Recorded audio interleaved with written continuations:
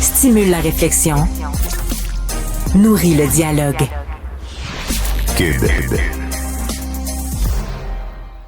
Alors, ça fait beaucoup réagir ce dossier qui a été mis au jour par nos collègues du bureau d'enquête de Québecor. Vous avez pu lire ça dans le Journal de Montréal, Journal de Québec ce matin. Une garderie à Longueuil qui a dû fermer ses portes, la garderie La Jolie Licorne, parce que dans ce CPE, il y avait une dame qui s'appelle Maryse Chevalier, éducatrice à la petite enfance, même si on hésite à utiliser ces termes-là, qui donc criait des propos extrêmement agressifs sur un ton abrasif, qui criait après des enfants de moins de 5 ans. Alors, je vais commencer par vous faire écouter des extraits et ensuite la réaction d'une spécialiste de la petite enfance après qu'on a écouté Maryse Chevalier, la façon dont elle parlait aux petits-enfants. Quoi ton petit cerveau, faut qu'il gère 72 000 affaires en même temps quand on te parle? T'es où, là? À la garderie! Dis-le à ton cerveau, t'as pas d'arrêt au courant. Lève tes manches. T'es le gars, lui. Ça bouille, là, il gère 72 000 affaires dans son petit cerveau, là, le moteur, il est à spin. T'as pas besoin de spinner, je t'ai demandé de t'asseoir. Ah, compliqué. Toi pis ta chum dans la même classe, là, le professeur s'arrache la tête. Ça sait pas, ça fait rien, ça n'enregistre rien, ça l'écoute rien. T'es exactement pareil comme lui. C'est sûr que tu vas avoir une petite pelule pour y rentrer en maternelle. Évidemment. C'est absolument épouvantable et ça fait réagir beaucoup de gens. Ça vous fait réagir, vous, les auditeurs et les spectateurs de Cube. Et ça fait réagir aussi mon invité, Valérie Assouline, avocate en droit de la jeunesse. Chaque fois qu'il y a des cas de maltraitance, on vous entend, Valérie. C'est vraiment une cause qui vous tient à cœur. Comment vous réagissez quand vous entendez les extraits qu'on vient d'entendre? Ah, c'est choquant. C'est choquant parce que on fait confiance à ces éducateurs-là et c'est l'avenir de nos enfants qu'ils ont entre leurs mains et donc c'est inacceptable. Je crois que chaque personne qui travaille dans l'enfance doit être formée dans l'enfance. Et malheureusement, des situations comme celle-là, je les vois à travers notre système, et que ce soit en jeunesse ou ailleurs. Alors, donc, comme vous dites, on le voit à travers le système, donc pas seulement dans les garderies, pas seulement dans des CPE. Il y a d'autres instances où des gens qui travaillent avec des petits-enfants leur parlent sur ce ton-là? Leur parlent sur ce ton-là, ne sont pas formés quant à l'approche à avoir avec les enfants, et c'est inacceptable. Donc, il va falloir que, pour avoir une société bienveillante, il faut que les gens qui sont en première ligne avec nos enfants soient formés et comprennent c'est quoi la bienveillance. La bienveillance, c'est d'abord de se mettre dans des petites chaussures de ces enfants-là qui se font parler comme si c'était des adultes et comme si... C'est inacceptable. Oui. Notre collègue Jean-Louis Fortin, qui nous parlait un petit peu plus tôt aujourd'hui à l'émission, disait « On ne parlerait pas comme ça à notre chien ». Exactement. Exactement. Et en fait, ce que je me posais comme question ce matin, c'est je me disais, mais si on avait un registre de la maltraitance. Quelle bonne idée. Au Québec.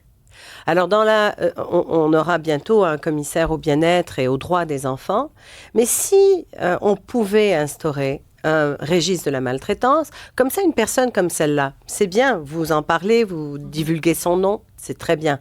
Mais si elle n'avait pas été enregistrée, elle aurait continué pendant des années, et là, elle peut très bien aller travailler dans une autre garderie, dans un CPE, dans une autre ville, dans quelques années. Donc, il faudrait qu'on ait un registre de la maltraitance, en même temps que d'avoir également des éducateurs formés. Il n'y a personne qui devrait être devant un enfant, travailler auprès des enfants et ne pas être formé pour travailler avec les enfants. En même temps, je vais faire l'avocat du diable. Hein? Oui. Je m'adresse à une avocate, Maître Assouline, donc je vais faire l'avocat du diable. À ce moment-là, si on suit votre logique, qu'il faut une formation, ben à ce moment-là, tous les parents, les futurs parents devraient aussi avoir une formation pour leur dire, on ne crie pas après ses enfants, on ne frappe pas ses enfants, on n'humilie pas ses enfants. Mais pourquoi pas? En fait, la formation des parents, ils ont cet amour-là. Donc, c'est certain qu'on a des systèmes dans notre société. Quand un parent maltraite un enfant, il se retrouve devant la protection de la jeunesse. C'est un motif de compromission. Mais là, quand on travaille auprès d'enfants, lorsqu'on a également des intervenants, ça arrive, rarement, mais ça arrive, qui crient à des enfants et il n'y a pas de place pour ça. Il n'y a plus de place pour ça dans notre société. Et si on veut vraiment une société bienveillante, il va falloir encadrer ces CPE, ces écoles, ces garderies privées. D'ailleurs, elles devraient être encadrées. On devrait s'assurer que les personnes sont aptes à s'occuper d'enfants. Alors, il y a quelque chose dans le dossier de nos collègues qui, moi, m'a énormément fait réagir.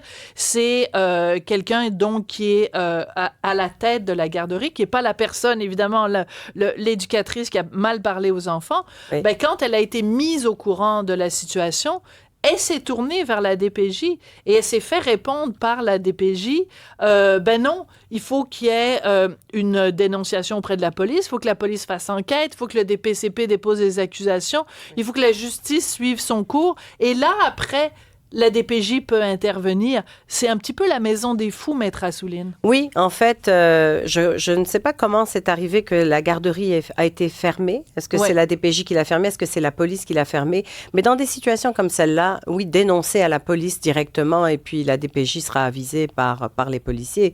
Je pense que c'est une situation qui est alarmante et que les systèmes aussi qui ne sont pas mis en place pour que ça agisse rapidement, là, pour qu'on agisse rapidement, ça aussi, il y a du travail à faire là-dessus. Mais si vous avez des informations là-dessus, comment ça se fait qu'elle a été fermée? Ça, je suis curieuse de savoir. Ben, c'est sûrement mentionné quelque part dans le texte. Il faudrait que je relise le texte au complet. D'ailleurs, c'est intéressant parce que nos collègues ont parlé à la dame en question, Maryse Chevalier, qui a dit, ben écoutez, moi, j'ai été enregistrée à mon insu par mon ex-conjoint qui, on était en chicane, puis c'est une mauvaise personne, comme si c'était elle la victime. Mais je reviens à votre idée, Maître Assouline, un registre de la maltraitance, comme il y a des registres des armes à feu, comme il y a des registres des délinquants sexuels, comme il y a des registres et tout ça, où on pourrait centraliser l'information pour savoir quels sont ces individus qui maltraitent nos enfants. Si le bien-être de l'enfance était une priorité au Québec, est-ce que vous pensez qu'elle l'est ou pas? Je crois qu'elle l'est. Je crois que notre société ne tolère plus l'intolérable. Je pense que quand on voit des situations comme celle-là et qui font réagir, ça vous fait réagir, ça me fait réagir, ça fait réagir tout le monde. Donc, ce n'est plus acceptable. Donc, oui, dans une société bienveillante et avec tout ce qu'on a eu, on a passé avec la commission Laurent, la violence envers les enfants n'est pas acceptable. La violence verbale non plus, elle n'est pas acceptable au Québec.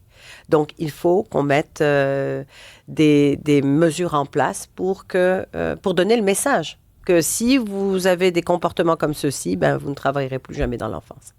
Voilà, c'est ça qui devrait se passer, en effet.